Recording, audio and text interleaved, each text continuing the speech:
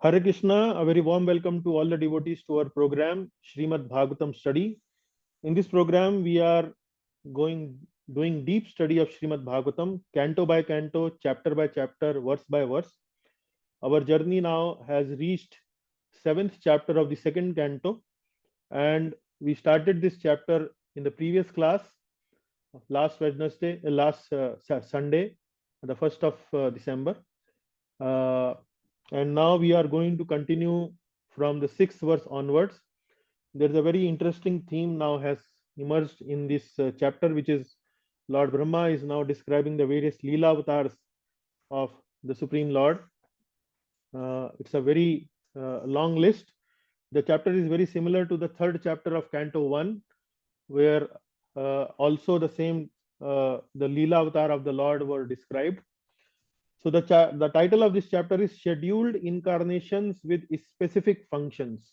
So the title is very much relevant to the subject matter of the chapter, where various Leela avatars have been described. Overall, this is our 72nd class. So the devotees who are watching us on YouTube may refer to the previous classes by going to our YouTube channel Gita Online Study. Now we'll start with the Mangalacharan prayers. So anyone would like to volunteer for the Mangalacharan prayers? Next class we have Rakesh Prabhu is back, so he will be allotting specific service to the various devotees. I But am today okay we like if Manishji, allow. please continue. Yeah. Yeah. ॐ अज्ञानतिमिरन्धस्य ज्ञानञ्जनाशलाकया चक्षुरुन्मिलितं येन तस्मै श्रीगुरुवे नमः। श्रीचैतन्यमनोभीष्टं स्थापितं येन भूतले स्वयं रूप कदा मह्यं ददाति स्वपदान्तिकम्।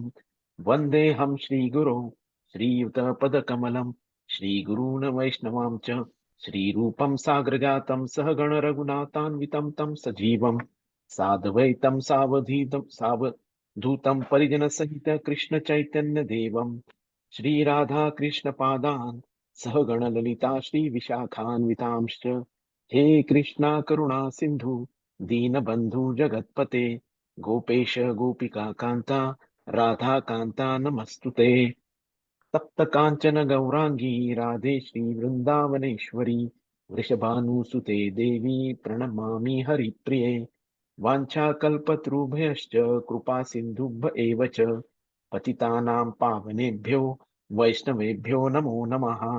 जय श्री कृष्ण चैतन्य प्रभु नित्यानंद श्री अद्वैत गदाधर श्रीवासादि गौर भक्तवृंद।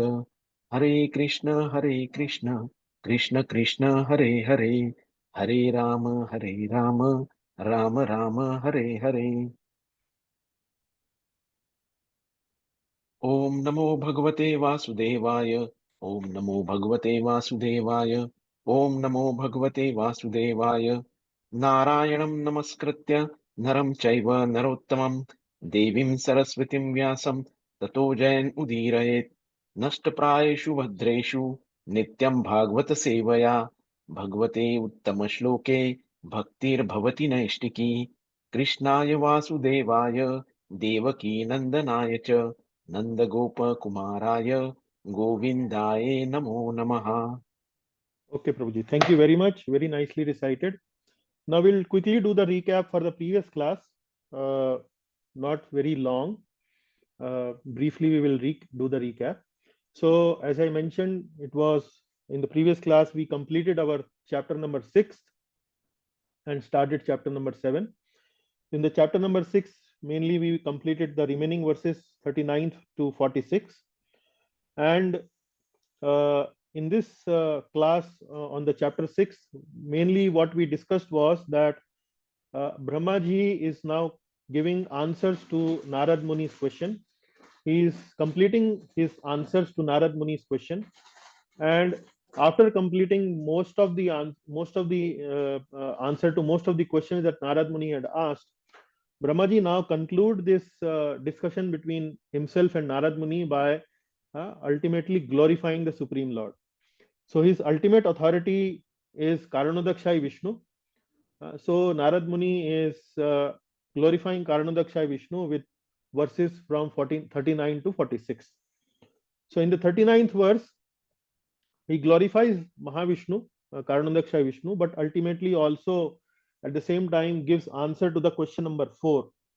Question number 4 by Narad Muni was Yat Samstham. So Yat Samstham means how is this universe uh, conserved? How is this universe dissolved? Conserved or dissolved means that after creation and maintenance of the universe ultimately dissolves. It actually annihilates. So all that happens, but how does that happen? That was the question. Brahmaji is saying that it is mainly because of Mahavishnu who creates, who maintains and destroys. So the universe is also destroyed, also conserved by himself. Himself means the universe. By himself means that he does it, and in himself. In himself means that after this destruction, the universe actually enters in his own body, in the body of Mahavishnu. So that is how the question number 4 is also answered. And now from the other verses, the following subsequent verses, Brahmaji is now glorifying the Karanadaksha Vishnu. Is here, he's giving various qualities of the Lord. He's saying that he is the absolute truth, he is pure, he is without any material tinge, his embodiment of full and perfect knowledge, all pervading, without beginning or end, and without rival.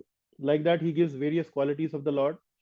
Here in the purport, we discussed that how Srila Prabhupada uses this verse mainly to defeat the Mayavad philosophy.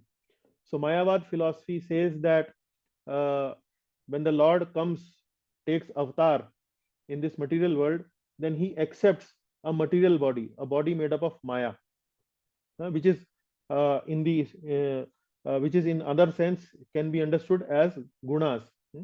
So gunas means it is impurity. It is considered as an impurity over spiritual subject. So in this verse, it is mentioned that the Lord is completely pure, without beginning or the end, all pervading, like eternally he is pure. It is not that at a certain point of time he takes a body which is impure. Then his embodiment of full and perfect knowledge. Again, the second reasoning that he gives and defeats Mayavad philosophy is that Mayavadi says that when the living entity, because of agyan, because of uh, illusion, it actually takes birth. So like that. So here, because the Lord is embodiment of full and perfect knowledge, it is again proved that when the Lord comes to this material world, he cannot have this agyan with him, like that. And then uh, he in the next verse he is describing how to know this Lord. So the description is that one can know the Lord uh, who is free from material hankering and have controlled senses. So any process of yoga has this procedure of controlling the senses, be it Ashtanga yoga, be it Gyan yoga, be it any other form of yoga. So even Bhakti yoga also uh, advocates the controlling of the senses. So one who is free from material hankering and have control senses can know him. So that is the process of yoga. Yoga means knowing the Lord, connecting with the Lord. Then further glorification, he's saying that everything that you see in this material world actually comes from the Lord. He's the master of eternal time, space, cause and effect, mind, elements, ego, mode, senses, universal form, Garbhodakshay Vishnu, sum total of all living beings. So anything that you see in this universe, actually he is the source. Like that, he glorifies. And then finally, his glorification is now coming to the end, and he says that anything, anyone, and anything in this world may appear to be the specific truth and the form of the Lord, but none are his Swarupa. So he gives a long list of various personalities, including himself, including Lord Shiva, and then various other personalities. So people might think, different people in this material world who have not had the experience of the Supreme Lord may think that any of these personalities are actually the absolute truth or actually the Supreme Lord. But he's saying that none of these are the absolute truth, but only a fragment of his potency. So some might think that Brahma is the absolute truth, some might think that the Lord Shiva is the absolute truth. Again, this is another verse which once again kind of reinstates this fact that Sanatan Dharma is a monotheistic religion. clearly the supremacy of the Supreme Lord is established through this specific verse. And then finally, he says that now I have given the response to all the questions that you have asked me regarding creation. And now please kindly allow me to describe what I want to speak about. I want to speak about the Leela avatar of the Lord. Uh, So why Brahmaji want to speak about the Leela avatar? Because speaking about the Leela avatar of the Lord is very sweet. So speaking about the Purusha avatara or the creation pastime of the Purusha avatara is purifying. One we understand how great the Lord is, how opulent is the Lord is. It is the Ashwarya aspect of the Lord, opulent aspect of the Lord, greatness aspect of the Lord. But Leela Avatar, where a lot of katha is there, where a lot of story is there, where a lot of discussion about the gunas, the characteristic of the Lord is there, then it is very, very sweet to the living entity, the heart of the living entity. And that's what Brahmaji wants to describe. So we can also, by these kind of verses, can understand the heart of Lord Brahma. And then ultimately we went to chapter number 7 and discussed the first 5 incarnations described in this chapter. And these incarnations were Varahadev, Suyagya, Kapil Dev, Dattatreya, and 4 Kumaras. So the way we have discussed these various incarnations were, we read the description given by Prabhupada in his commentary to Srimad Bhagavatam. So today we will continue this discussion. This discussion continues till the verse number 39. So you can say almost 34 verses have been spent on describing the various incarnations of the Lord. So what we will do is we will continue to do that, and will request the devotees to volunteer for reading today. There is a lot of opportunity for reading. So okay, let Hare me Krishna, note. Prabhu. Oh yeah, okay. So this is Vrindavaneshwari Mataji. Before that, was that Manish ji? Yes, Prabhu. Okay. So just give me 1 second. So Manish ji and then Vrindavaneshwari Mataji. Maybe it might be a good idea to have one more. Hare Krishna, Prabhu. Shall I do, Prabhu? This is Anuradha Mataji. Okay. Okay, Mataji. So we have 3, and we have, I think, almost how many? 34 verses. So probably 12 per person. 12 per person might be a good idea, or maybe 11 per person might be a good idea. So you can see the overview map here in front of you. And you see the first 39 verses are about the various incarnations of the Lord. So we are going to do that reading, and I will try to give you a brief synopsis of the purport points that Srila Prabhupada has given in the commentary to these specific verses. Most of the verses have some commentary, and we will try to make that mention whenever possible. So we'll start. Now, first of all, we'll start with Manish ji. Manish ji, Yes, so Prabhu. first 12 verses are for you, and then 11 for Vrindavaneshwari Mataji and 11 for Anuradha Mataji. Yeah. Yeah. Hmm. The first incarnation, Varaha. Lord Brahma said, when the unlimitedly powerful Wait, Lord. wait a Sorry. minute, Prabhu. Wait a minute. We'll go to the 6th one. This we have covered in the Oh, okay. Yes. previous. Sorry. We have covered Yeah. in the previous class. Okay. Please come to Nar Narayan. Yeah. Yeah. Hmm. Nar Narayan. To exhibit his personal way of austerity and penance, he appeared in twin forms as Narayana and Nara in the womb of Murti, the wife of Dharma, and the daughter of Daksha, celestial beauties.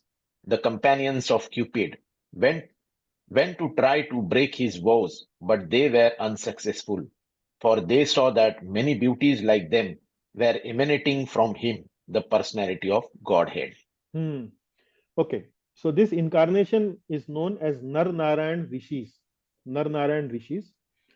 Now, to exhibit his personal way of austerity and penance. So, austerity and penance means controlling the senses, Atma Sanyam. Atma Sanyam means controlling our senses, controlling our urges. Like we studied 6 urges in Updeshamrat, Vacho Vegam, Manasa, Krodho Vegam, like that. So he appeared in twin forms of Narayan and Nara in the womb of Murti, the wife of Dharma. So the name of the parents is given Dharma and Murti. Dharma was the father, and Murti uh, uh, is the mother. So to Dharma and Murti, the children, the sons Nar and Narayana took birth. They are the incarnation of the Lord. And what was the main purpose of this incarnation? To establish the austerity and penance. Now, in order to test whether they are really austere, whether they are really sense controlled or not, celestial beauties, the companions of Cupid, went to try to break his vows, but they were unsuccessful, for they saw that many beauties like them were emanating from him, the personality of Godhead. So when these beauties, when these apsaras, they came and tested their austerity and their penance, whether they are really sense controlled or not. Like you remember, Menaka tried to test Vishwamitra, but Vishwamitra could not pass that test. Similarly, these apsaras from celestial beauties, they tried to test the austerity of the Naranaran rishis. But what they saw, to their surprise, was that many beauties like them were emanating from him. Say, we have come here to uh, take his test of his penance and his austerity, but what do we see? There are many beauties are emanating from their bodies. So they were really surprised. Now, the point here Srila Prabhupada make in the purport is that Lord is completely fully satisfied. Lord does not have any tinge of lust, any tinge of any uh, uh, uh, feeling like lusty desires and so on. So in order to explain this point, Prabhupada gives a very beautiful analogy. I really like this analogy. So what the analogy he gives is that, like you see in India, there are halwai. Halwai, Prabhupada, when writing in the English translation, translate halwai as confectioner. But in the Hindi translation of this specific purport, the translator has used the word halwai. And what is the job of halwai? Manish ji, what is the job of halwai? Sweets banana. Sweets He banana. prepares sweets. Yeah. Mithai. Mithai banana. Yes. So when the halwai makes so much of mithai, when the halwai makes so much of mithai, the halwai does not feel any desire to taste those mithai. Do you understand that? So halwai is making gulab jamuns, rasgullas, pethas, pedas, and so on. So we go to the sweet shop, we go to the halwai shop, and we feel our water coming in our mouth. We want to taste this, we want to taste this. But the halwai is always continuously in contact, in connection with these sweets. So he doesn't feel any desire for these sweets. So similarly, the Supreme Lord is like that. So the Supreme Lord is always associated and engaged with these celestial beauties. He sees that whenever any other beauty is coming in his personal association, he does not feel any specific attraction towards them. Yeah, similar to the confectioner, he is never attracted to the sweetmeats. So uh, Prabhupada then continues to extend this point that only foolish people think that Lord Krishna enjoyed with gopis and with his 16,000 wives. So Lord Krishna is fully satisfied. He does not have any tinge of lust. We also discussed this specific point in the first canto, where Lord, when he enters Dwarka, uh, goes to meet with his wives, his children, etc., etc. So we discussed that point, this point, that point also. So this is mainly for the Nar Narayan Rishis. So the 7th verse is also regarding Nar Narayan Rishis. Please read, Prabhu. Yes, Prabhu. Great stalwarts like Lord Shiva can, by their wrathful glances, overcome lust and vanquish him. Yet they cannot be free from the overwhelming effects of their own wrath.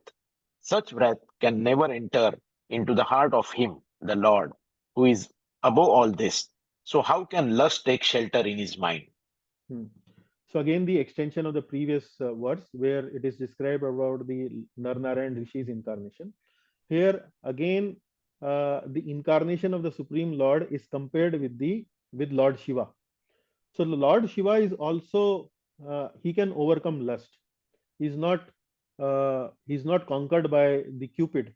And if you remember, there is a story where Lord Shiva, when he opens his third eye, the Cupid who tries to disturb Lord Shiva in his meditation, as soon as Lord Shiva opens his third eye, the Cupid is kind of vaporized, or what do we call bhasma ho gaye the, Kamdev. So burn to ashes. That is how we will put it in English. Burn to ashes. But even though Lord Shiva can overcome lust, but Lord Shiva uh, cannot overcome anger, his own anger. So he's not free from the overwhelming effects of his own anger. It is mentioned here as wrath. But such wrath can never enter into the heart of the Lord. So here is a comparison between the Lord and Lord Shiva. Lord Vishnu or Lord Krishna, uh, there is no anger. Anger cannot even enter into the heart of the Lord, who is above all this. So how can lust take shelter of in the mind? So in the description, in the purport, Prabhupada says that anger actually is a more stronger emotion compared to lust. So if anger can be overcome by the Lord, there is no question of not being able to conquer the lust. So lust is less powerful emotion than anger. So when anger does not affect, how can lust affect the Lord? So that is what how Srila Prabhupada describes in the purport. And Lord cannot have any anger because anger arises only when the desire is not fulfilled. And Lord actually is aptkam. Aptkam means fully satisfied. He can fulfill his own desires. So for us, for living entities, for our ordinary people, we are dependent on the Lord to fulfill our desire. But Lord, if he desires anything, he can fulfill his desire as per his own sweet will. So there is no possibility that he can become angry, because if he has any desire, he will just make a wish and that desire will be fulfilled. So there is no question of having anger in the Lord. So that is how this verse has been explained by Prabhupada in the purport. So we'll move to the next one. Okay. Prishni Garbha. Yes, Prabhu, please read. Garbha, being insulted by sharp words spoken by the co-wife of the king. Even in his presence, Prince Dhruva, though only a boy, took to severe penances in the forest, and the Lord, being satisfied by his prayer, awarded him the Dhruva planet, which is worshipped by great sages, both upward and downward. Huh. So you may have not remember, or you may not have known the specific incarnation that gave darshan to Dhruv Maharaj. You may be aware of the story of Dhruv Maharaj. So we will not go into the detail of the story of Dhruv Maharaj. It is mainly about Dhruv Maharaj getting insulted or feeling insulted when his father did not protested that when he wanted to climb up on his lap, the father did not entertain Dhruva.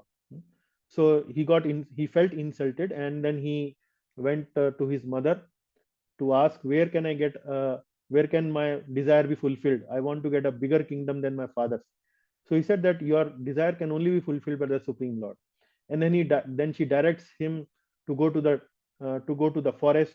Meanwhile, Narad Muni meets Dhruva, and Dhruva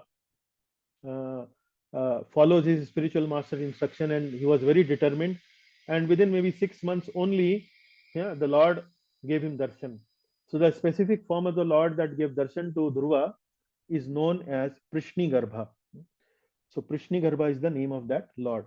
And then, since Dhruva Maharaj was eagerly desiring for something bigger kingdom than his father's kingdom, so the Lord did not discourage him, and he awarded him a planet which is known as Dhruva Loka. Now, Dhruva Loka, the speciality of Dhruva Loka is described by Prabhupada ji in the purport. Prabhupada mentions that Dhruva Loka is actually a spiritual Loka. in the material world. So we are in this material world, and whenever we see Dhruva star or this pole star in the sky, that is the Dhruva Loka, and that is actually a spiritual. It is a Vaikuntha Loka in the material world. And another speciality of this Dhruva Loka is that when this pralay happens, when this annihilation happens, when everything gets destroyed at the end of the Kalpa or at the end of the life of Brahmaji, then the Dhruva Loka does not get annihilated. That is the uniqueness of this Dhruva Loka. So you can see how much the Lord can award once he is pleased with the devotee. That is about Prishnigarbha. Okay, ninth, Prithu. Pruthu. Maharaja Veena went astray from the path of righteousness, and the Brahmanas chastised him by the thunderbolt curse. By this King Veena was burnt with his good deeds and opulence and was en route to hell. The Lord, by his causeless mercy, descended as his son by the name of Pruthu, delivered the condemned King Veena from hell, and exploited the earth by drawing all kinds of crops as produce. Hmm. So this story of Prithu Maharaj will come later on in Srimad Bhagavatam. Very instructive story, very nice story, nice katha. Now, the background, little background is given about Prithu Maharaj incarnation in this verse. The incarnation of Prithu Maharaj happened mainly because one other king by the name Maharaj Vena or King Vena, he went astray from the path of righteousness. So in the earlier times, Vedic kings were expected to rule under the guidance of able Brahmanas. But this King Vena disobeyed these Brahmanas. And Brahmanas, because there was a lot of anarchy, a lot of bad ruling on the behalf of this King Vena, Brahmanas decided that they need to punish King Vena. And then Brahmanas arranged in such a way that King Vena was dead, and he was he went to hellish planets and was suffering there. But before he went, he gave birth to another child. That name of that child was Prithu Maharaj. So by this King Vena was burnt with his good deeds and opulence, and he was en route to hell. The Lord, by his causeless mercy, descended as his son by the name of Prithu. And this King Prithu, he actually re-established the proper kingdom, which was not the case in the case of King Vena. He re-established the kingdom, and also King Prithu brought his father, King Vena, who was suffering in the hellish planets. He was also relieved from by King Prithu. So what King Prithu did was, King Prithu brought his father Vena to Kurukshetra and relieved from his suffering. So Vena was also suffering from leprosy in these hellish planets. So he removed the disorder from the earth, produced all kinds of good crops, and he not only performed the duty of an obedient son, but also performed the duty of a very righteous king. And Prabhupada also mentions one other point, that when it is being discussed that King Prithu saved his father from the hellish condition of life, then he explains the meaning of the word putra. Putra. Putra is a combination of two words, put and tra. So Put is a name of a hellish planet. And when the what does Putra means? Putra means one who saves from the hellish planet of Puta. So delivered from Puta hell is known as Putra. So the deliverer from Puta hell is known as Putra. That is the explanation of the word Putra given by Srila Prabhupada in the purport. Okay, next one, 18th, Rishabdev. Yeah, Rishabdev. The Lord appeared as the son of Sudevi, the wife of King Nabhi, and was known as Rishabdev. He performed materialistic yoga, Jad yoga, to equibalance the mind. This stage is also accepted as the highest perfectional situation of liberation, wherein one is situated in oneself and is completely satisfied. So this is another incarnation. The name is Rishabdev. So in the earlier part of his life, Rishabdev was a king and he had many sons. But later on, he relinquished his kingdom and he started practicing Jada Yoga. Now, what does Jada Yoga means? Jada Yoga, one behaves like a stone and he remains indifferent to material reactions. Say, for example, uh, if somebody is abusing you are performing Jada Yoga and somebody is abusing the person who is practicing Jada Yoga, then he will simply keep quiet. He will sound as if he is very indifferent. He is aloof from whatever is going on around him. So in Jada Yoga, one behaves like a stone, remain indifferent to material reaction. Another symptom or another characteristic of Jada Yoga is that in this kind of yoga, people actually inflict pain upon themselves. Like, for example, if they have to cut their hair, so they will not use scissor or any other instrument, rather, they will pluck the hair so that they get this painful situation and they will try to tolerate this. This type of yoga, Prabhupada mentioned in the purport, is very impractical in this stage. Bhakti yoga is the most practical yoga in this stage. Not even Gyan yoga or Dhyan yoga. Bhakti yoga is the most practical yoga in this stage, where people are very uh, have a very disturbed state of mind, where people cannot go actually do a lot of austerities in the forest, cannot control the mind very easily, and so on. So Rishabh Dev in the last stage of life behaved like a very dumb madman, as you can see in the picture. He wear no cloth and he would just wander like an avadhut, like a madman, a dumb madman. So whenever other people would see it at Rishabh Dev, they will spit on him, they will urinate on him, and like he would simply feel or remain indifferent to this material reaction. Uh, he would even lie down on his own stool. So it is mentioned, the description is there that he would even lie down on his own stool. But another feature or characteristic mentioned is that the stool is not foul smell. There would be a fragrant smell from the stool. So like that, there are several characteristics of this incarnation have been given. He was also the father of King Bharat, upon which the name of Earth planet is known as Bharat Varsha. So these are several uh, uh, points regarding this particular incarnation, Rishabh Dev. Okay, we move to the next one, Hayagriva. Yes, Prabhu. Hayagriva. The Lord appeared as the Hayagriva incarnation in a sacrifice performed by me, Brahma. He is the he is the personified sacrifices and the hue of his body is golden. He is in the personified Vedas as well and the super soul of all demigods. When he breathed, all the sweet sounds of the Vedic hymns came out of his nostrils. Hmm. So the pastime of Hayagriva incarnation is also something like that. That Brahmaji kind of when the Vedas came out from the mouth of Brahmaji, Brahmaji kind of lost these Vedas, and this incarnation of Hayagriva helped locate these Vedas and returned back to Brahmaji. That's what you see in the picture where Hayagriva incarnation is holding the Vedas in his hand and giving it back to Lord Brahma. So here it is mentioned here that Lord appeared as Hayagriva incarnation in a sacrifice performed by me. So Brahmaji performed a sacrifice and then this incarnation Hayagriva appeared. He is the personified sacrifices and the hue of his body is golden. So he's the personified sacrifices. Personified sacrifices means, like we study in the Bhagavad Gita, Yagyarthat karmano anyat loko yam karma bandhana. Yagya vai Vishnu. So Lord Vishnu's another name is also known as Yagya. Yagya means sacrifice. So he's the personified sacrifices.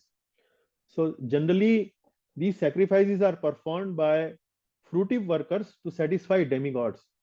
But the Supreme Lord is Yagya himself. And the devotees, when they perform worship to the Supreme Lord, the Yagya is default. By default, the Yagya is performed to the demigods. So devotees are still at a higher platform, even though they do not worship any demigod worship. They do not perform any demigod worship or perform any yagya to the demigods. So like this, there are certain points given by Prabhupada in the purport to the incarnation regarding Hayagriva. Okay, we go to the Matsya avatar. Matsya Avatar. At the end of the millennium, the would-be Vaivasvata Manu of the same Satyavrata would see the Lord in the fish incarnation is a shelter of all kinds of living entities, up to those in the earthly planets. Because of my fear of the vast water at the end of the millennium, the Vedas come out of my Brahma's mouth, and the Lord enjoys those vast waters and protects the Vedas. Yeah. So this is a brief story of Matsya Avatar given here. So Matsya Avatar mainly came to protect the devotees at the time of annihilation. So you can see here the description given is at the end of the millennium. The would-be Vaivasvat Manu of the name Satyavrata would see that the Lord in the fish incarnation is the shelter of all kind of living entities. So Vaivasvat Manu. Now this description is being spoken by Brahmaji, and in one day of Brahma, there are 14 Manus. And at the end of every Manu's rule, there is destruction on the earth. So how does this destruction happen? So destruction happen by the way of water. Water means there will be a lot of heavy rains, there will be a lot of floods. Like that, everything will be destroyed. So at the end of this Manu, at the end of this Manvantara, there was destruction of the earth. And Brahmaji mentions that when he sees this destruction, he also feels very fearful. And out of that fear, Vedas came out from the mouth of Brahmaji. So what did this fish incarnation or Matsya incarnation did? This Matsya incarnation saved all the living entities at the time of this annihilation and also protected the Vedas. So that's what it is mentioned here, that because of my fear of the washed water at the end of the millennium, the Vedas came out of my mouth, and the Lord enjoys these washed waters and protected the Vedas. So, like this, a very big fish. So, it's a very interesting katha. Therefore, Matsya Avatar will not discuss in detail, but just touch upon the salient points. Okay, the 13th one, Prabhu. Kuruma. The primeval Lord then assumed the tortoise incarnation in order to serve as a resting place, Teot, for the Mandara mountain, which was acting as a churning rod. The demigods and the demons were churning the ocean of milk with the Mandara mountain in order to extract nectar. The mountain moved back and forth, scratching the back of Lord Tortoise, who, while partially sleeping, was experiencing an itching sensation. Hmm. So Lord also feels itching sensation, like we feel itching, and when we scratch our body, then the sensation is gone. So Lord was also feeling that kind of itching sensation, and he kind of supported this project with both these demigods and the asuras and the demons. They wanted to do this Samudra Manthan because they wanted to get the nectar from the Samudra, from the ocean. And now this was a big project. So the Mandara mountain agreed to become the churning rod, but how do that churning rod will rotate? On what pivot it will rotate? So Lord became this, took the form of this kurma, this tortoise, having this churning, having this itching sensation. So when the Mandara mountain rubbed on the body of the Lord, that itching sensation could also be relieved. The Lord was relieved from this itching sensation. So this is the Kurma avatar, where the Samudra Manthan Leela is happened. Okay, 14th. Yes. Narsimhadev, the personality of Godhead, assumed the incarnation of Lord Narsimdeva in order to vanquish the great fears of the demigods. He killed the king of the demons, Hiranyakashipu, who challenged the Lord with a club in his hand by placing the demon on his thighs and piercing him with his nails, rolling his eyebrows in anger and showing his fearful teeth and mouth. Hmm. So this is Narsing avatar. It is a very unimaginable avatar of the Lord. So what did this Hiranyakashipu do? He wanted to become an immortal, and he prayed, did great penances. Lord Brahma was pleased, and he asked for immortality. Brahmaji said that I am myself not immortal. How can I give that boon to you? So Hiranyakashipu devised a boon in such a way that he kind of become almost immortal. So he thought that with this kind of a boon, that he will not be killed by a animal, he will not killed by a man, he will not be killed neither in the day nor during the night, neither he will be killed by any weapon, etc. So the Lord appeared in such a way that and killed Hiranyakashipu in such a way that the boon of Lord Brahma was also protected and the project was also successfully done. So he killed Hiranyakashipu with his nails. Now nails are not considered weapons. Hiranyakashipu was killed by half man, half lion. That was Narsinga. He asked for neither he should be killed by an animal nor he should be killed by a man. But he did not ask that he should not be killed by some living entity or somebody who is both an animal and a man. So Narsingh Dev was both an animal as in a man because he had a torso of an man and a head of a lion, like that. So while respecting the boon of Brahmaji, this demon was killed. So this is kind of an unimaginable avatar. So you can think a very creativity by the Lord at its best.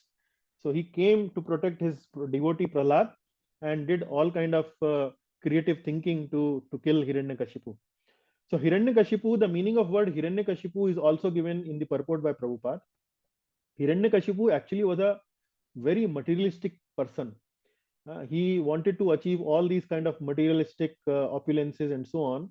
And by accumulating them more and more, he became very, very powerful. So Hiranyakashipu, the meaning is given.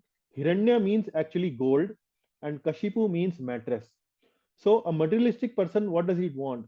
He wants good sex life and he wants good opulence.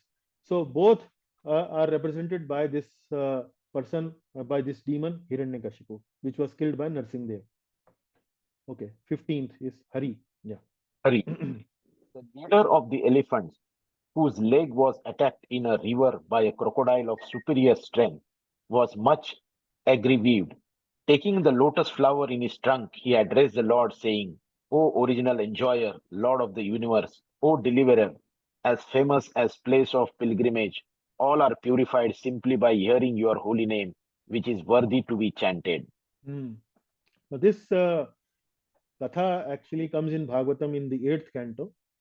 And this elephant, the leader of the elephants, is known as Gajendra. So a very sweet pastime, very beautiful pastime. So Gajendra was a devotee in his previous life, but somehow in the next life he got this body of an elephant.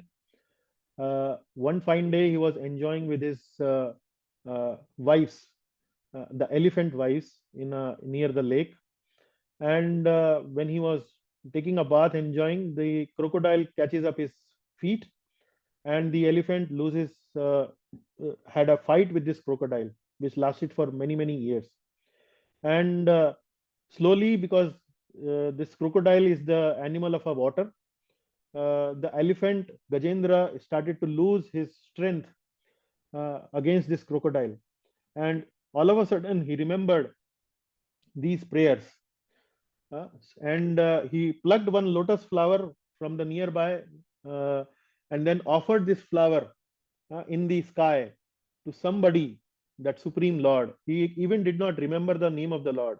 He just addressed the Supreme Lord anonymously. Oh, that Supreme Lord, like that.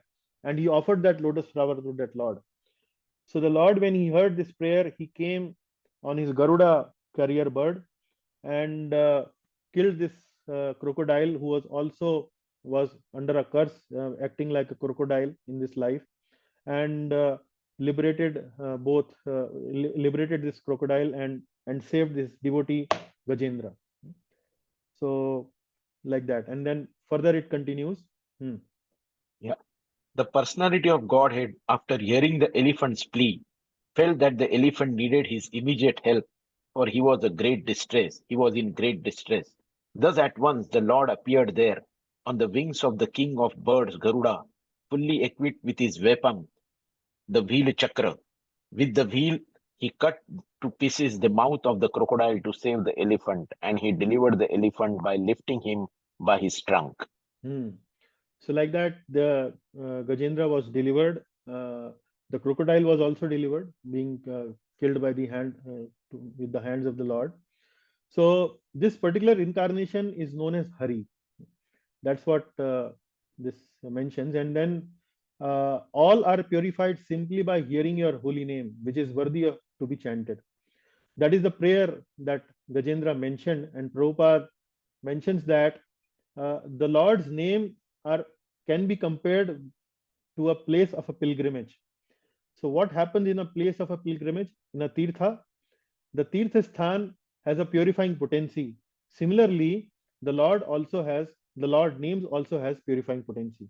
So that is why this is compared to a pilgrimage. The names of the holy name of the Lord. Okay, Vaman Dev. Vamandev. The Lord, although transcendental to all material modes, still surpassed all the qualities of the sons of Aditi, known as the Adityas. The Lord appeared as the youngest son of Aditi, and because he surpassed all the planets of the universe, he is the supreme personality of Godhead.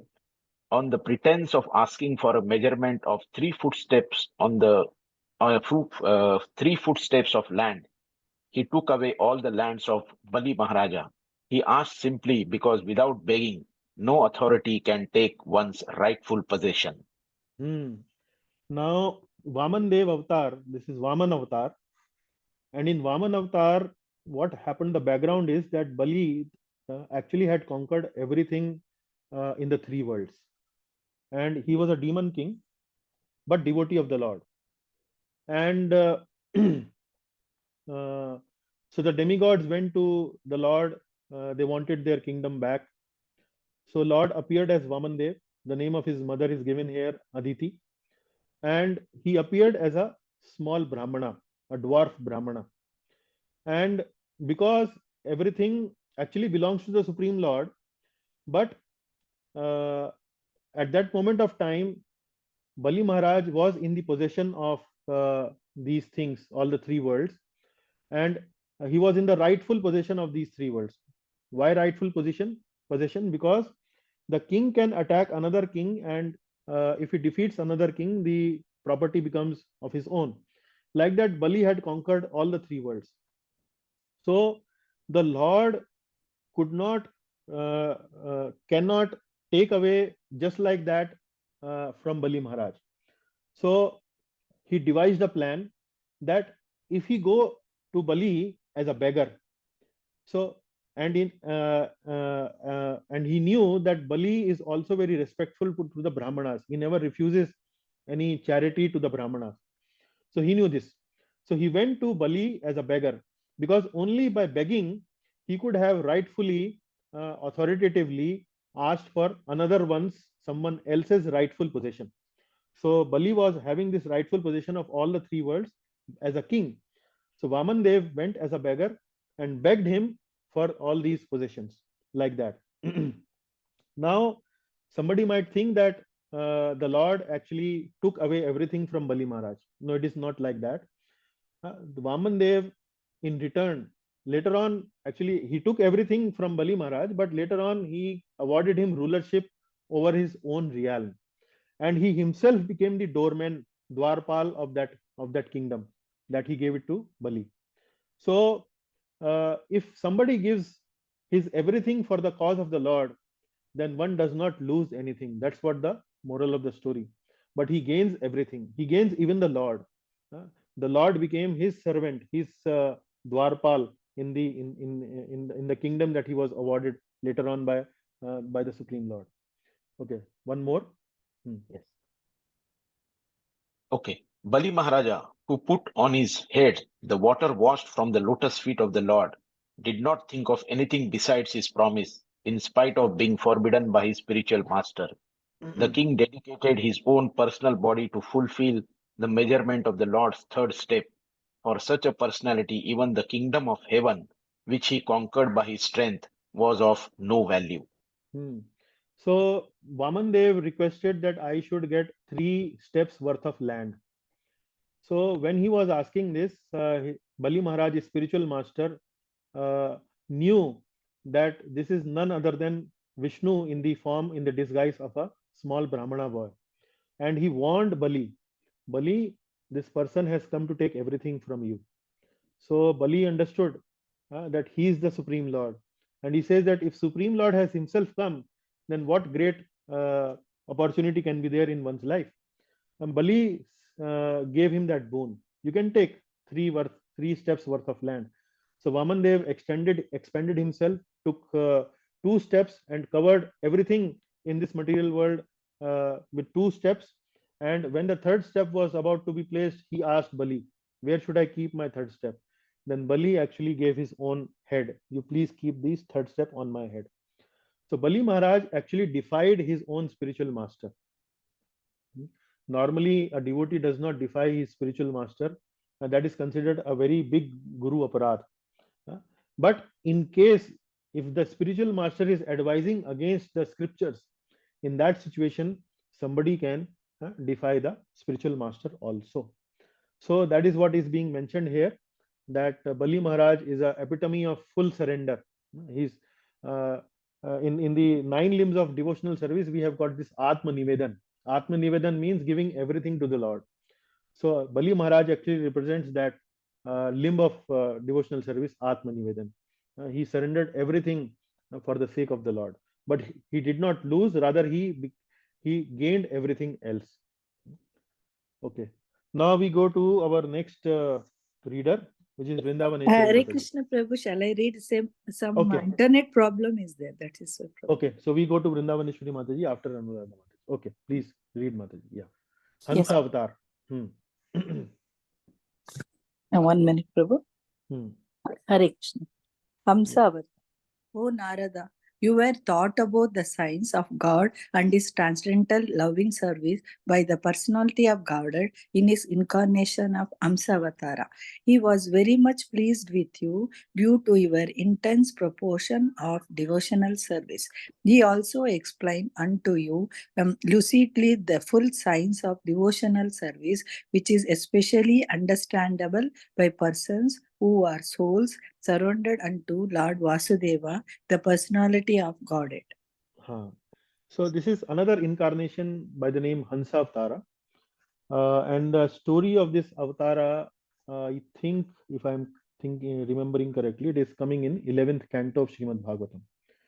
So Brahmaji is explaining it to Narad Muni and saying that you already know this Avatara because this same Avatara gave you the knowledge of devotional service.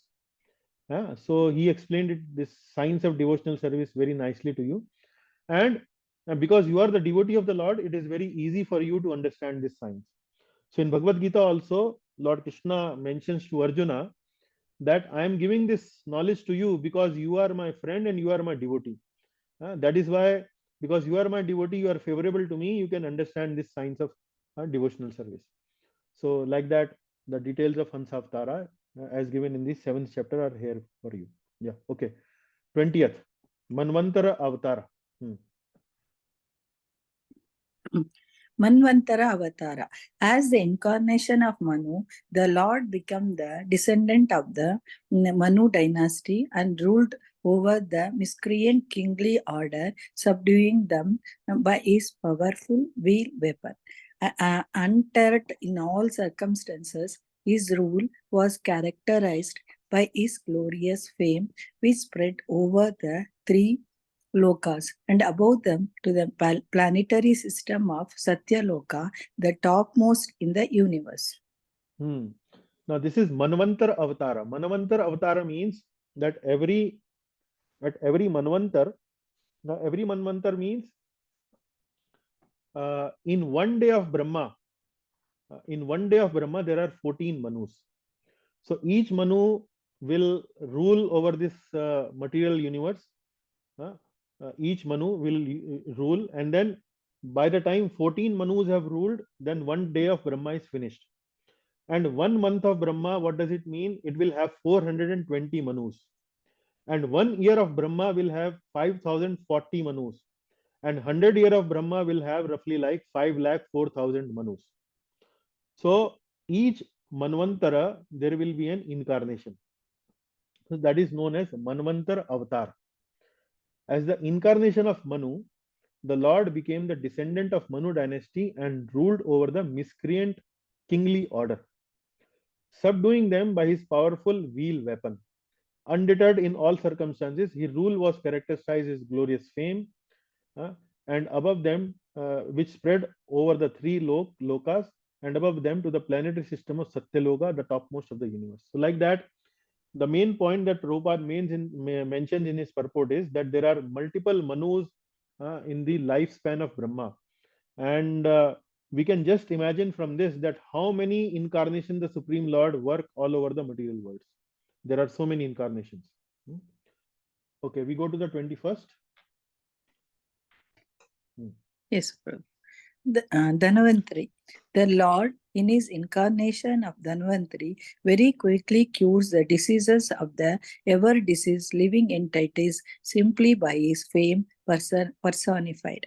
And only because of him do the demigods achieve long lives. Thus, the personality of God becomes ever sacrifices. And it is the only who inaugurated the medical science or the knowledge of medicine in the universe. Yeah.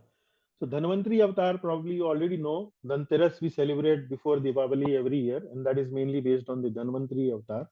He is the Lord of medicine, Ayurveda.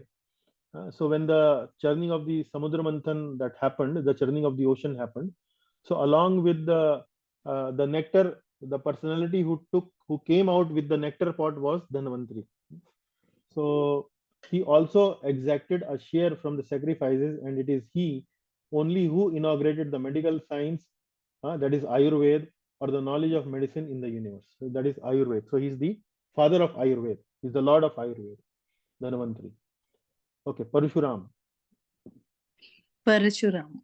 When the ruling administrators, who are known as the Kshatriyas, turned astray from the path of the absolute truth, being desirous to suffer in hell, the Lord, in his incarnation as the sage Parashurama, uprooted those unwanted kings who appeared as the thorns of the earth.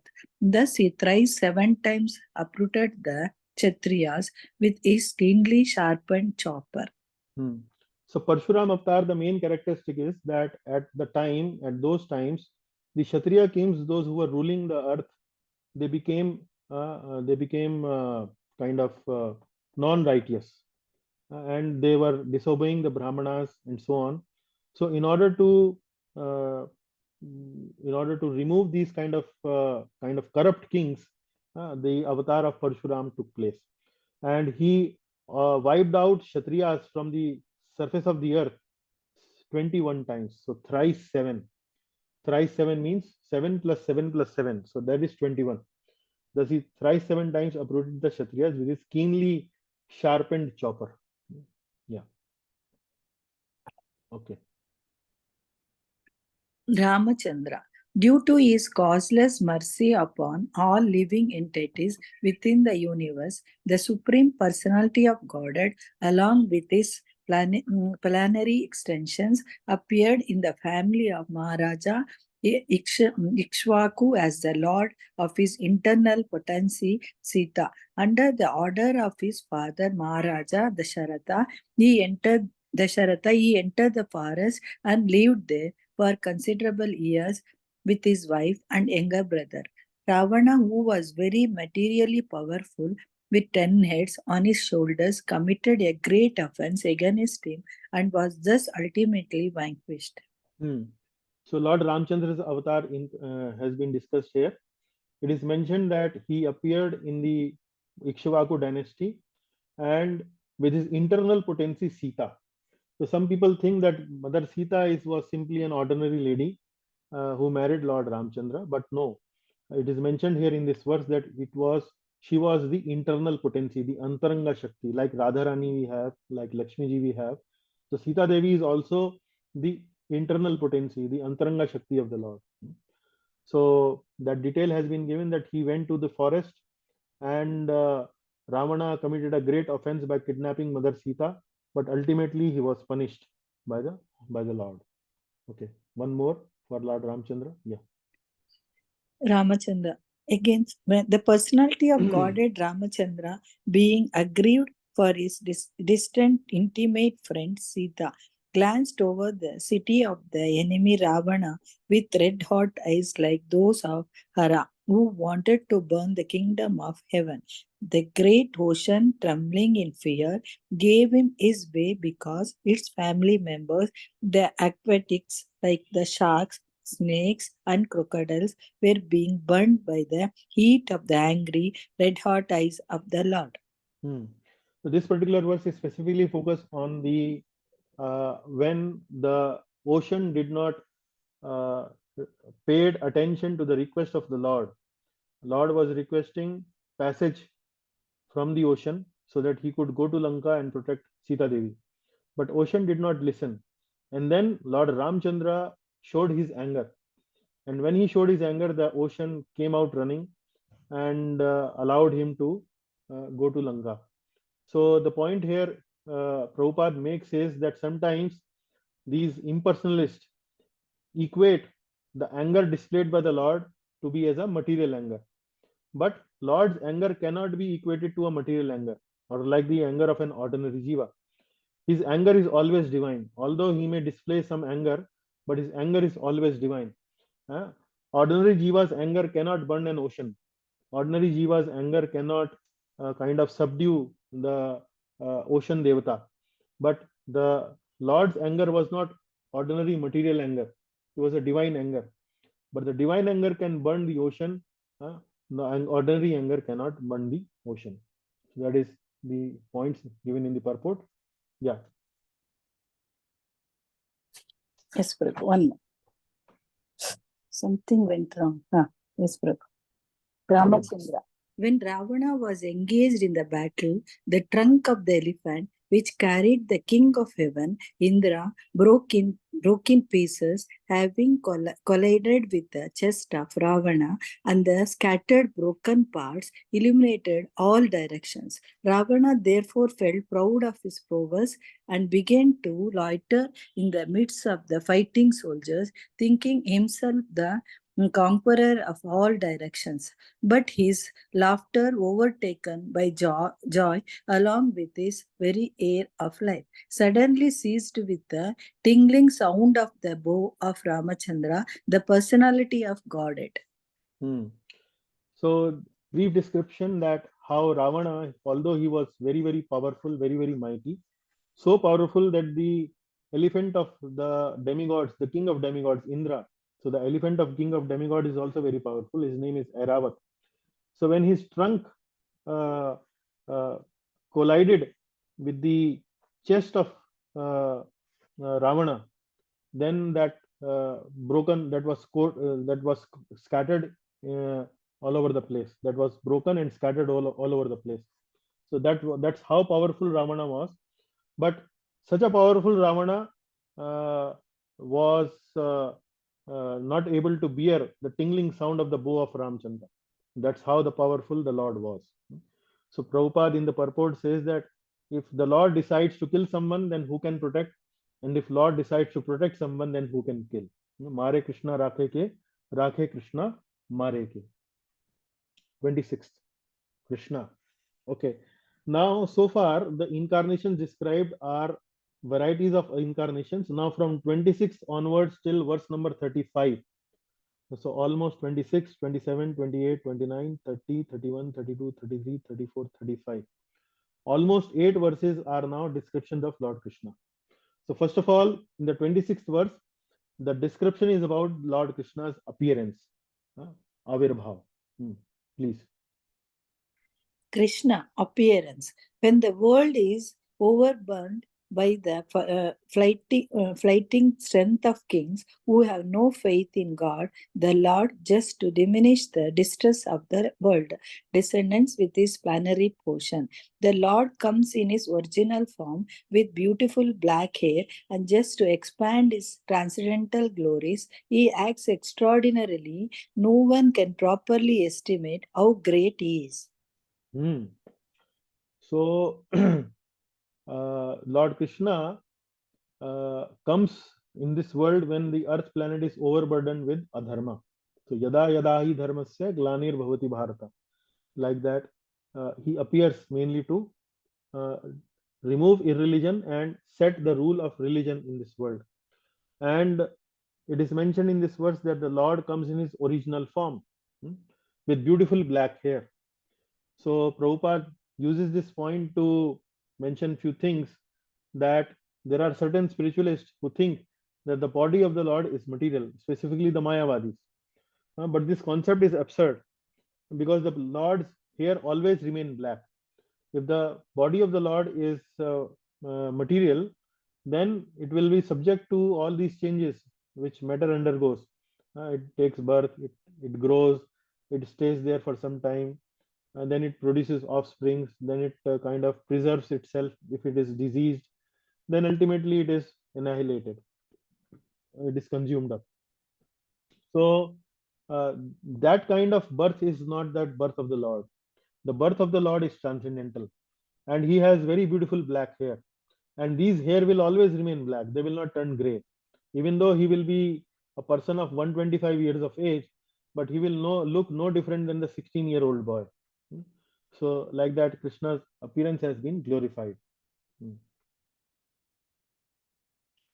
Another thing that Prabhupada mentioned in the purport is, what is the real reason of Lord's incarnation? Anyone can answer that? Can anyone answer that? What is the purpose of Lord incarnation? To annihilate the miscreants and to save the devotees. Yeah. So that is To save Dharma. to save dharma and establish the rule of dharma, to eradicate irreligion or adharma and so on, right? So Prabhupada mentioned in the purport that actually this establishment of dharma and removal of or eradicating adharma is not the actual purpose of the Lord. If Lord want to do this, Lord can have various potential people around him, has a big potency. He can uh, he can empower some of his devotee, and the devotee on the behalf of the Lord can do all these activities of setting up the religion and so on. Actually, he does not descend to this material world because of this setting of the religion. But then for what he appears? He mainly appears mainly to attract the living entities by his leelas. He would do leelas, and then the living entity will get attracted towards those leelas, and the living entity will develop attraction towards the Lord. And then once the living entity develop attraction towards the Lord, they become eligible to go back to the Supreme Lord's abode. So that is the main purpose of the Lord's descent. Real reason is to attract the living entity back to the spiritual world. 27th. Krishna, superhuman activities. There is no doubt about Lord Krishna's being the Supreme Lord. Otherwise, how was it possible for him to kill a Jain demon like Putana, who, when he was just on the lap of his mother, to overturn a cart with his leg when he was only 3 months old, or to uproot a pair of Arjuna trees so high that they touched the sky when he was only crawling? All these activities are impossible for anyone other than the Lord himself. So here two important, rather three important pastimes have been described. Putana, killing of Putana, and then the killing of Shaktasur, who came as a cart demon. He disguised himself as a cart, and then the Lord kicked that cart, and ultimately that demon was killed up. And then the third pastime is mainly about that breaking of the trees, Arjuna trees, the twin trees, and from that tree emerged and from those trees emerged Nalkuvar and Manigriva, who were cursed by Narad Muni. So they regained their original form, and then they went to their particular destination. So these three pastimes are discussed, and why these pastimes are being discussed? In order to establish that Krishna, whose appearance was discussed in the previous verse number 26, the Brahmaji could describe more and more activities of the Supreme Lord. So that is why this verse has been spoken, where three particular specific killing of demons have been mentioned, and Brahmaji want to establish that the Lord performs superhuman activities. These activities are not to be performed or by an ordinary jiva. They are not capable of performing these kind of activities. So in the purport, Prabhupada makes a very beautiful point. He says that when the Lord killed Putana, Then Putana was a demon. She disguised herself as a very beautiful lady. And then when Lord started to suck Putana's breasts, then Lord even sucked the life air out from Putana's breasts. And at that moment of time, Putana expanded in a big form. It is mentioned that she was 6 miles long. So she expanded in a very big form and ultimately died somewhere far away from the location where Lord Krishna was staying. Now, Prabhupada mentioned this point that Yashoda Mai did not saw, or Krishna did not expand in the same proportion as Putana. He remained as a child, clinging to his breasts and sucking the life air. Lord purposefully did not expand along with Putana. Prabhupada gave this reason. Prabhupada says that Lord did not purposefully expand because if he would have expanded like Putana and his mother would have watched him, then mother would be very much surprised, very much will be set back to see this person, this little baby, whom she was taking care, whom she was really guarding very well. She would think that this person is not an ordinary person. This person is some superhuman, or maybe some god, or maybe the Lord himself. Then in that situation, Mother Yashoda would not be able to deal with Lord Krishna as a mother. Rather, in that situation, she would think, or she will perceive Lord Krishna as somebody who is very, very big, who is very great. So that natural dealings of a mother and a child would not be possible if that happened. So similar, that's why the Lord did not reveal or did not expand himself in the same proportion as Putana expanded himself. So that is the reason given here by Prabhupada ji in the purport. So in order to continue to enjoy the sweet pastimes with his mother, the Lord purposefully did not expand. So there is a picture of these two pastimes where Lord Krishna delivers the two Yamalarjan trees, where Nalkuvar and Manigriva were kind of delivered. They were relieved from this penance to stand as a tree in the courtyard of Nand Maharaj. And the another pastime is mainly the Shaktasur pastime, where a demon came in the disguise of a cart. And when the Lord kicked this cart, the Shaktasur was killed. Okay, 28th. Krishna, superhuman activities. Then also, when the cohort boys and the animals drank the poisoned water of the river Yamuna, and after the Lord in his childhood revived them by his merciful glance just to purify the water of the river Yamuna. He jumped into it as if playing and chastised the venomous Kalia snake which was lurking there, its tongue emitting waves of poison.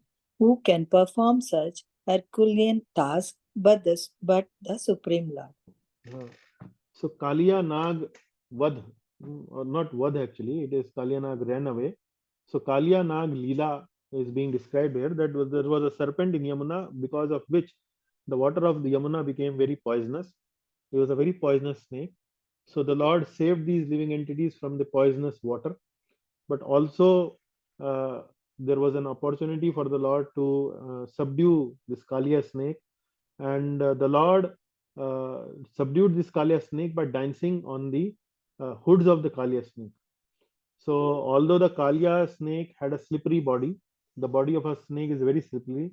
On top of it, it was a wetty area where river water was getting splashed onto Kaliya's body. So in that situation, the Lord not only made this Kaliya run away from there, but also performed several other pastimes like eating food outside, where we could get this good vegetarian food outside. So all those pastimes were performed. So just to purify the water of the river Yamuna, he jumped into it as if playing and chastised the venomous Kaliya snake, which was lurking there, its tongue emitting waves of poison. Who could perform such Herculean task but the Supreme Lord? So the Lord danced on this body of Kaliya, which was very slippery. So dancing on a floor itself is a very skillful act. but the Lord was dancing on the body of Kalia, which was slippery, and it was wet by the touch of water, and all these foods were moving. And then this is how the Lord performed this pastime here. Yeah. Okay, now we go to the next speaker, next reader, Vrindavaneshwari Mataji. Yeah. Thank you. Anuradha Mataji. Thank you, Prabhuji. Thank you. Hare Krishna. Vrindavaneshwari Mataji, are you there? Hare Krishna, Prabhuji. Yes, Yeah. Krishna, superhuman activities. On the very night of the day of chastisement of Kalya snake, when the inhabitants of Brajabhumi were sleeping carefreely, there was a forest fire ablaze due to dry leaves, and it appeared that all the inhabitants were sure to meet their death. But the Lord, along with Balarama, saved them simply by closing his eyes. Such are the superhuman activities of the Lord.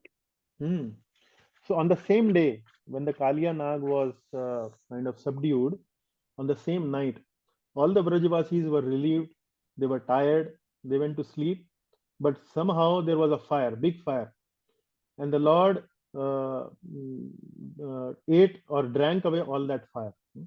There was a forest fire, and it appeared that all the inhabitants were sure to meet their death. But the Lord, along with Balaram, saved them simply by closing his eyes. Such are the superhuman activities of the Lord. So, from verse number 27 onwards, you see Brahmaji is describing this Lord to perform very superhuman activities.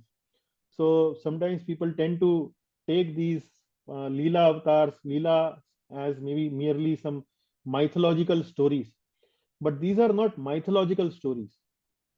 Now, if you understand the creation pastime of the Supreme Lord, so if somebody can perform that creation pastime where he can create millions of universes, millions of planets, then it will not be very difficult for that person to understand that this particular personality can actually perform these kind of superhuman activities. So compared to creating these universes, it is very trivial to drink this fire. Yeah. If a person is such a powerful person that he can create so many millions of universes, then what is there in drinking the fire? This fire element actually comes from the body of the Lord. It is not at all difficult to drink that small forest fire. So it is easy to understand. Okay, we go to the next one.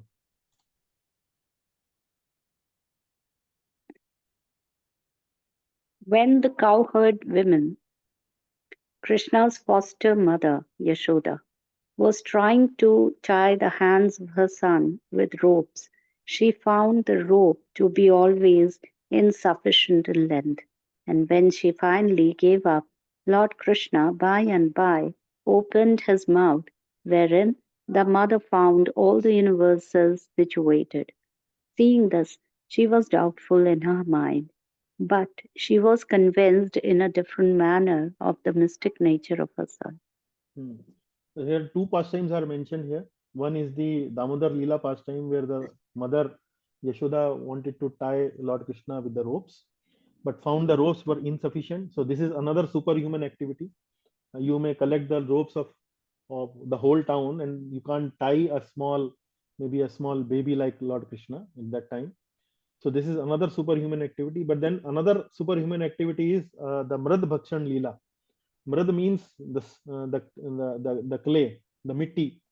So the Lord ate away this mitti, and Balaramji, his elder brother, complained to the mother, and mother wanted to teach his son some lesson, and she asked, "Open your mouth."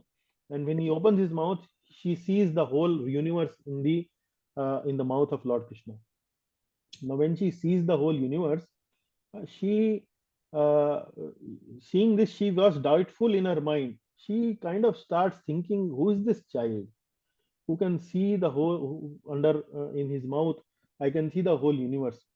So but because of the Yoga Maya potency, she thought that maybe the Lord Vishnu is protecting this child, and because of the Lord Vishnu's potency, I am able to see the universes in the mouth of this child. She did not think that this boy is is the Supreme Lord himself. So this is mainly because of the Yoga Maya potency. So Maya potency acts in two ways. Can anyone tell me how the Maya potency acts in two ways in the class? Can somebody answer that? How the Maya Avaran potency? and which shape? That is okay. That is Mahamaya. That is Mahamaya's two actions. But there is another Maya. Prabhu, it is Yoga Maya. Yoga That is Maya. certain. Okay. Yeah. So what is the role of Mahamaya and what is the role of Yoga Maya? Mahamaya is for the material this thing, Prabhu. Yoga Maya is for the transcendental spiritual this thing, where it is covered by the Lord, a screen like thing. It can be viewed only as pure devotee of the Lord, not by non-devotee. Yeah. So okay, you gave some answer, but you kind of did not speak the proper words to describe the Mahamaya and the Yoga Maya. You kind of accelerated at that point, quickly brushed away all that point. So what is the role of Mahamaya and what is the role of Yoga Maya? I want to understand that from the class. Should know these concepts. Anyone? Hare Krishna, Prabhu. Yes, Mahamaya is attacked by material thing. I understood that much. And then Yoga Maya is in whatever we do in spiritual, it will be in continuation. Like. Okay. In general, what is the role of Maya? That it comes in illusion. Illusion. Okay. Like you said, Avaranatmika and Prakshepatmika. Yeah. So what kind of illusion? What illusion happens when Maya because of Maya? What happens? What is it's this illusion like means? the snake in the rope kind of a thing. That first you will see which is not, and then like kind of mistaking the reality. That is a little too philosophical. I'm asking in simple terms so that you can explain both Mahamaya and Yoga Maya. Hare Krishna. Yes, Prabhu. I can speak, Guruji. The Maya is constituent two words, Ma and Ya. Ma means jo, and Ya means nahi hai. The thing which doesn't exist, and we. Other way around. Ma means no, and Ya means that. Ji, Guruji. Thank you. Yeah. Thank you, Guruji. Okay. So it's basically it doesn't exist, but we feel it is there. Okay. I mean, that discussion I understand, but that will not lead to the kind of answer I'm actually looking forward to hear. Jivan Prabhu, would you like to try? Yes, who's this? Charumati Prabhuji. Charumati Mataji. Yes, Mataji, please. Is it bodily conception, the conception of the body? Not trying to, trying to differentiate the body and the soul, not trying to understand that we are part and parcel of God because of the illusion, Maya. Okay. So Mahamaya, the function of Mahamaya is to make the living entity forget that he is the part and parcel of Lord Krishna. So this Mahamaya provides lot of allurements, lot of goodies in this material world so that the living entity gets engaged, gets busy in these goodies only. So this is Avaran only, no? Avaran, the coverage of the jnana. Yeah. So that is Avarana. So that is he makes the living entity forgetful. Yeah. He makes the living entity forgetful of his constitutional position as the part and parcel of the Lord. So but that is Mahamaya. But what does Yoga Maya do? Yoga Maya is the potency of the Lord, like it is. Mahamaya is also potency of the Lord. Mahamaya is also potency of the Lord. Both the Mayas are potency of the Lord. But what does Yoga Maya do? It is under the will of the Lord. It is. Both are under the will of the Lord. Both are under the will of the Lord. Yes, definitely. Both are under the will of the Lord. But one takes you away from the Lord. The other brings you near to the Lord. That's what I want to understand. The Mahamaya takes you away from the Lord, away from but the other one makes you come closer to the Lord. Yes. How does that happen? By being devoted to the Lord. How does it happen? That is a very general answer, but how does that happen? Prabhu, the Yogamaya, By the curtain meditation. disappears. The The curtain of that Yogamaya Prabhu, disappears it for a is pure according to devotee. our karma, Prabhu. No. Whatever, No, no. See, It okay, will now, happen because the jnana is restored, the reality is restored. So the Yogamaya will bring you back to the Lord. When the jnana is restored, the memory is restored. now, okay. See, let me now answer. See, Yogamaya word is, Yog means connecting to the Lord. And as we discussed, Maya actually means taking away from the Lord. So in one sense, Yogamaya is a oxymoron. Oxymoron means, like for example, we have word, if I may say, chaste prostitute. Chaste prostitute. So that is an oxymoron, like it is kind of opposing in itself. Virodhabhas. You are saying Virodhabhas. Virodhabhas. Yeah.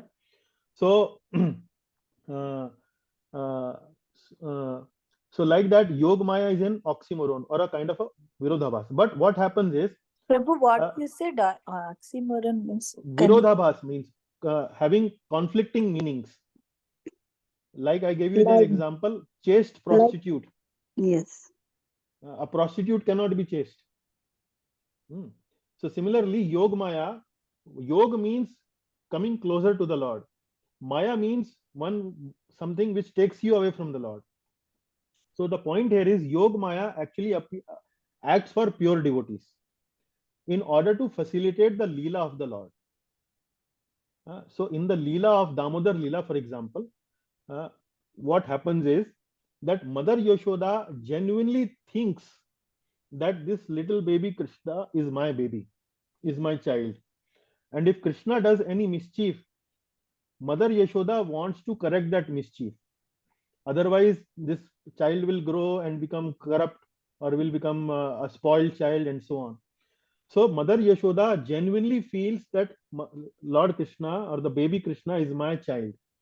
Similarly, Krishna also is feeling fearful from Mother Yashoda. Although he is the Supreme Lord, but he feels fearful from Mother Yashoda. Now, on behalf of Mother Yashoda, all these wonderful pastimes are happening. Putana was killed, Kaliya was subdued, and this Mrad Bhakshan Leela, she sees universe in the mouth of Lord Krishna. But never ever she thinks that he is the Supreme Lord. Because the moment she starts to think he is the Supreme Lord, her motherly affection, the natural motherly affection will go away. Her natural motherly affection will go away. So what does Yogamaya do? Yogamaya makes this devotee Yashoda forgetful that this baby is actually Lord Krishna. Why? Because in order to facilitate the sweet pastimes between the devotee, the pure devotee and the Lord.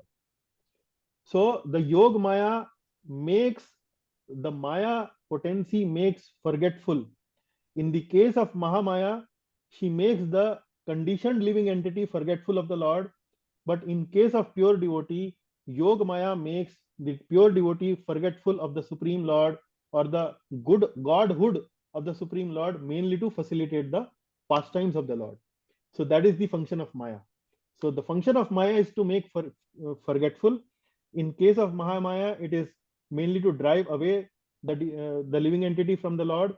But in case of pure devotee, it is mainly to facilitate the pastime and bring the devotee closer to the Lord. That is the difference. Okay. So now you read the Could it last be that line. the Maya is ignorance and you remove the ignorance? That is the goal. Yeah, ignorance about the Lord. Prabhu, doing duty without expecting. Like Sorry? that. Doing our duty without expecting anything like. No, Mataji, it is in case of pure devotees, it is mainly to facilitate the sweet pastimes. If Mother Yashoda, can you if Narendra Modi, just a minute, if Narendra Modi comes to your house, Anuradha Mataji, what will you do? You will kind of More importance to. you will stand up from your seat. Yeah. You will kind of give all respect to Narendra Modi. Yes, Prabhu. Isn't it? Now, yeah. Imagine if your son come to your house. It is not like that.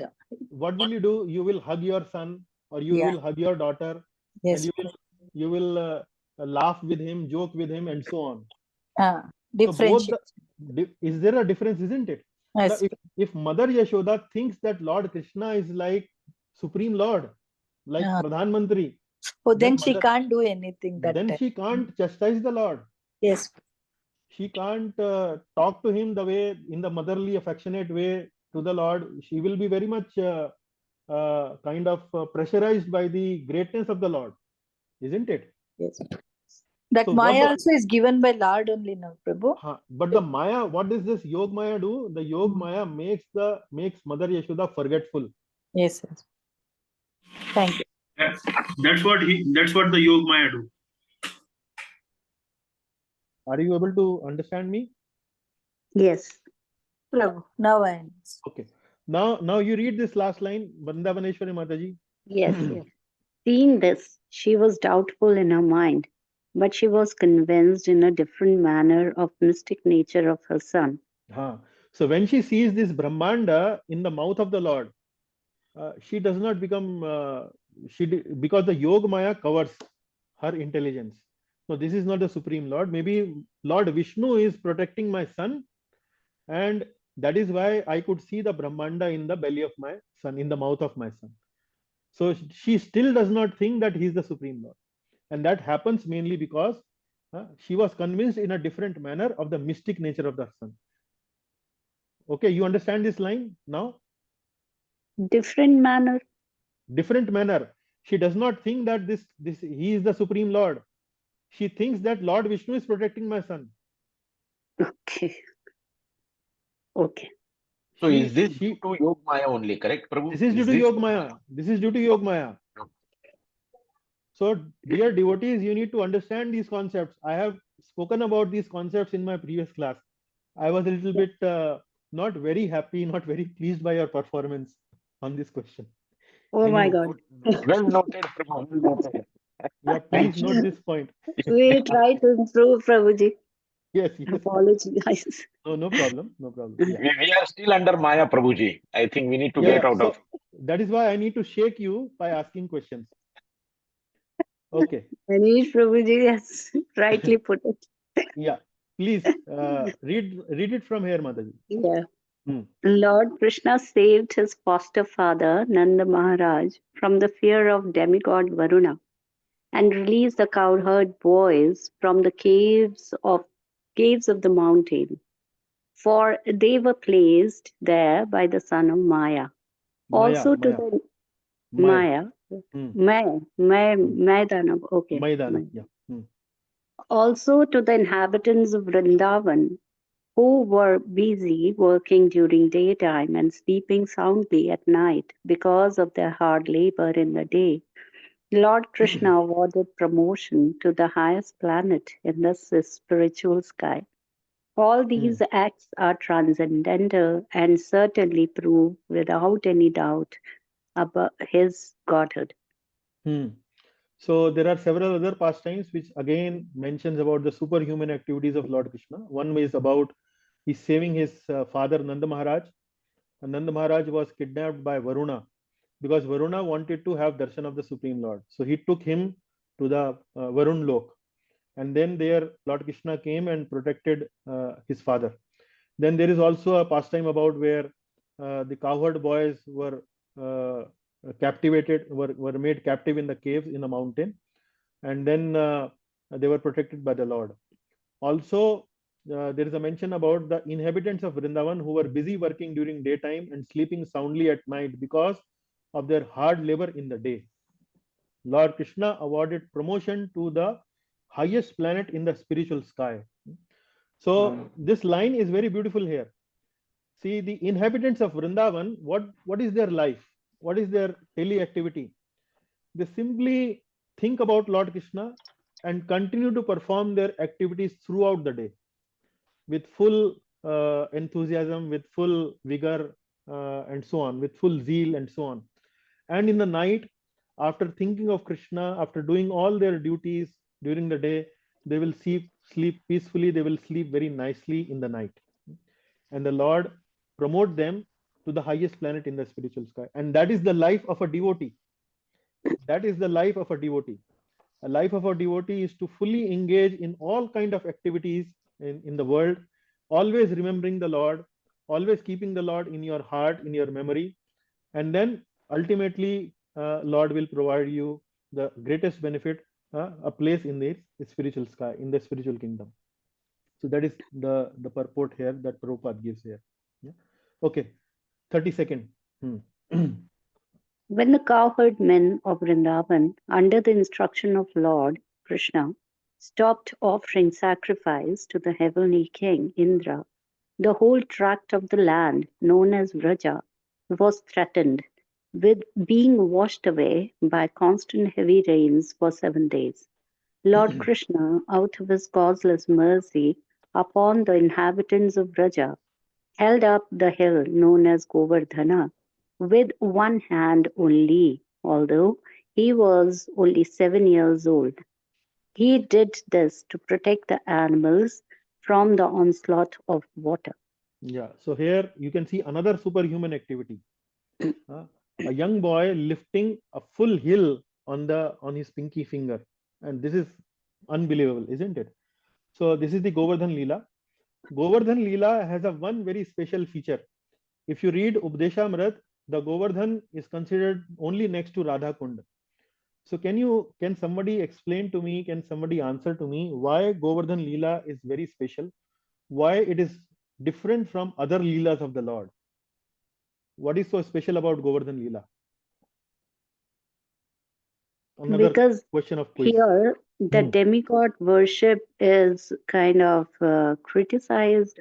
I do not know the right word. Okay, this is one lesson from the Govardhan Leela. Certainly, you are right. Prabhuji, Yes, Jayanti Mataji, yes. because 7 days and 7 nights, all the Vrajavasis were only with Krishna throughout. Okay, you are coming close to the answer, but more to it. There is more to it. Okay, Prabhuji. You are coming close to the answer. You gave a partial answer, but there is a little more to it. Yeah. Okay. So anyone who can fill the gap, what is remaining by Jayanti Mataji, what she spoke?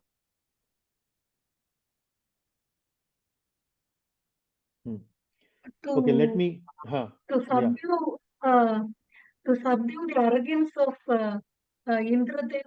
Yeah, that is and there. to- That is there, Mataji. That lesson is there. But there is speciality. Why Govardhan is only second to Radha Kund? It is not because he subdued the pride of Indra in this Leela. It is some other reason. Okay. Prabhu, Hare Krishna Prabhu. Yes. You also try, Prabhu. Yes. Prabhu, he lifted above this thing, Krishna, Govardhan. So he is given more this thing. No. Okay. Let me answer. I also gave this answer when we discussed and we read Updeshamrit, and that verse where it mentions about Radha Kund is the topmost, the Govardhan is the second one, and so on. Probably the 11th verse, or maybe the 10th verse or the 11th verse. Now let me give you the answer. See, when Lord Krishna performed these pastimes, the Leelas in Vrindavan, he performed pastimes in different rasas. Like, for example, if he's performing his pastimes with Mother Yashoda, so that pastimes will have motherly affection. That rasa will be of Vatsalya rasa. But when he will perform pastimes with gopis, Mother Yashoda will not be there. Balaramji will not be there.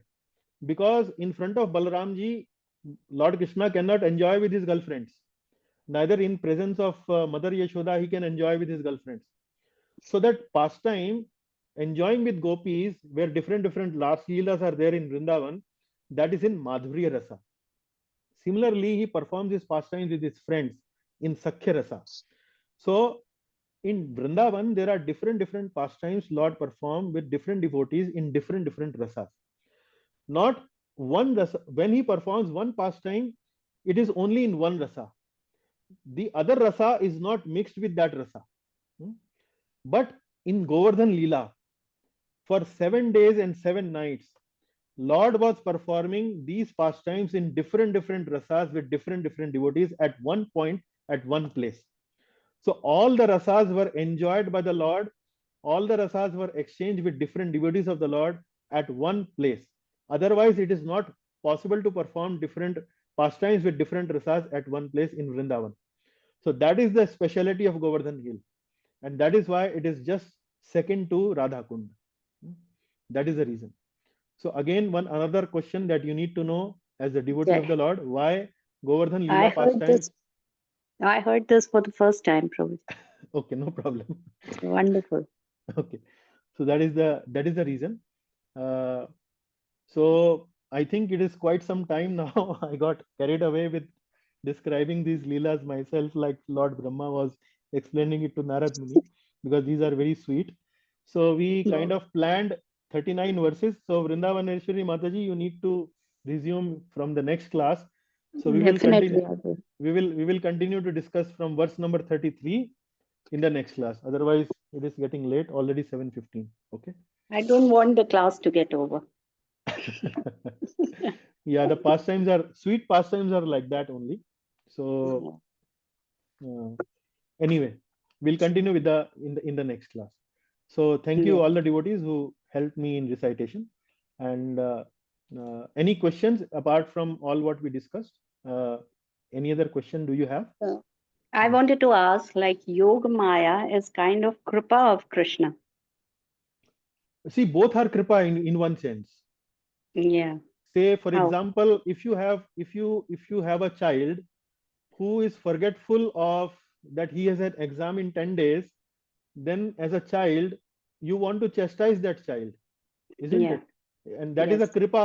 That is also kripa. Yes. So Mahamaya, when she makes or when he creates lot of allurement, lot of illusion, lot of forgetfulness to the living entity, the living entity forgets about the Lord. And when the living entity acts in that situation, they kind of get misery. They don't get a good result. They are miserable. So when the living entity continuously feel miserable, the living entity at one point of time in their life or maybe throughout their journey among many lives will start thinking that why I'm feeling miserable. Yes. Maybe I'm making wrong choices. I Yes. should make better choices. So Yeah. in one sense, Mahamaya is also the mercy of the Lord. And Yoga Maya certainly is mercy, because that increases the rasa or the relationship with the devotee. Okay. So the Rasa Shastra is very unique. If you read Bhakti Rasamrita Sindhu, the later chapters, Oh, I get it. the Yes. Rasa Yes. Shastra is very unique. Rasa means like Mother Yashoda feels motherly affection for the Lord. But that rasa remains in the background. Yes. And when she performs this Damodar Leela pastime, when she sees the Lord crying, that rasa which remains in the background actually comes to the forefront. Yeah. And then she hugs the Lord, and then the rasa heightens up, further increases, and then she feels very lot of joy. So this rasa shastra can only happen if Yogamaya is there. Unless and until Yogamaya makes Mother Yashoda forgetful that this Krishna is the Supreme Lord, and that Krishna is my baby, dependent upon me, dependent upon my milk, dependent upon my motherly affection. Everything, I am actually his mother. I want to protect him. Unless she naturally feels like that, that motherly and the affectionate Vatsalya rasa cannot, that exchange cannot happen between the Lord and the devotee. Yes. So Yoga Maya is also kind of is the mercy of the Lord. Actually, the Lord is only made of mercy. Lord does not have anything else. Everything about the Lord is merciful. Yeah. Be it Yoga Maya, be it Mahamaya. Yeah. Thank you so much. Yes, Mataji. Okay. Prabhuji, Yes, Mataji. I have a question, Prabhuji. What is an Atma Maya, Prabhuji? Atma Maya is the Antaranga Shakti, the same as Yoga Maya. It is same. The function of Yoga Maya is mainly to enhance the spiritual activities. There is a verse in Bhagavad Gita where we recently memorized that verse, that Sambhavamya Atma Mayaya. Sambhavamya Atma Mayaya. What was the starting? What was the beginning? Ajopi san ajopi avyayatma bhutanam ishwaropi san bhutanam ishwaropi san. Yeah. And then bhutanam ishwaropi san prakritim swam adhisthaya sambhavamya atmamayaya. Correct. So atmamayaya means the Lord actually comes and takes this avatar out of his own sweet will. He is not like living entities. Living entities have to take birth because of their karma. Because the prakriti, the material nature, once again puts them back into the material nature, and they have to take birth. They cannot say that we want to go to spiritual world. No, the prakriti says that you still have desires, material desires, you take birth.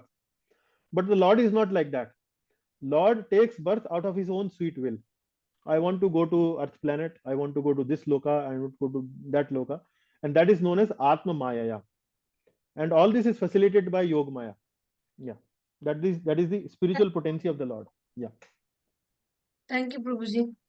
Yes, Mataji. Thank you very much. Okay. Very nice. Devotees are asking very nice questions and engaging in good discussions.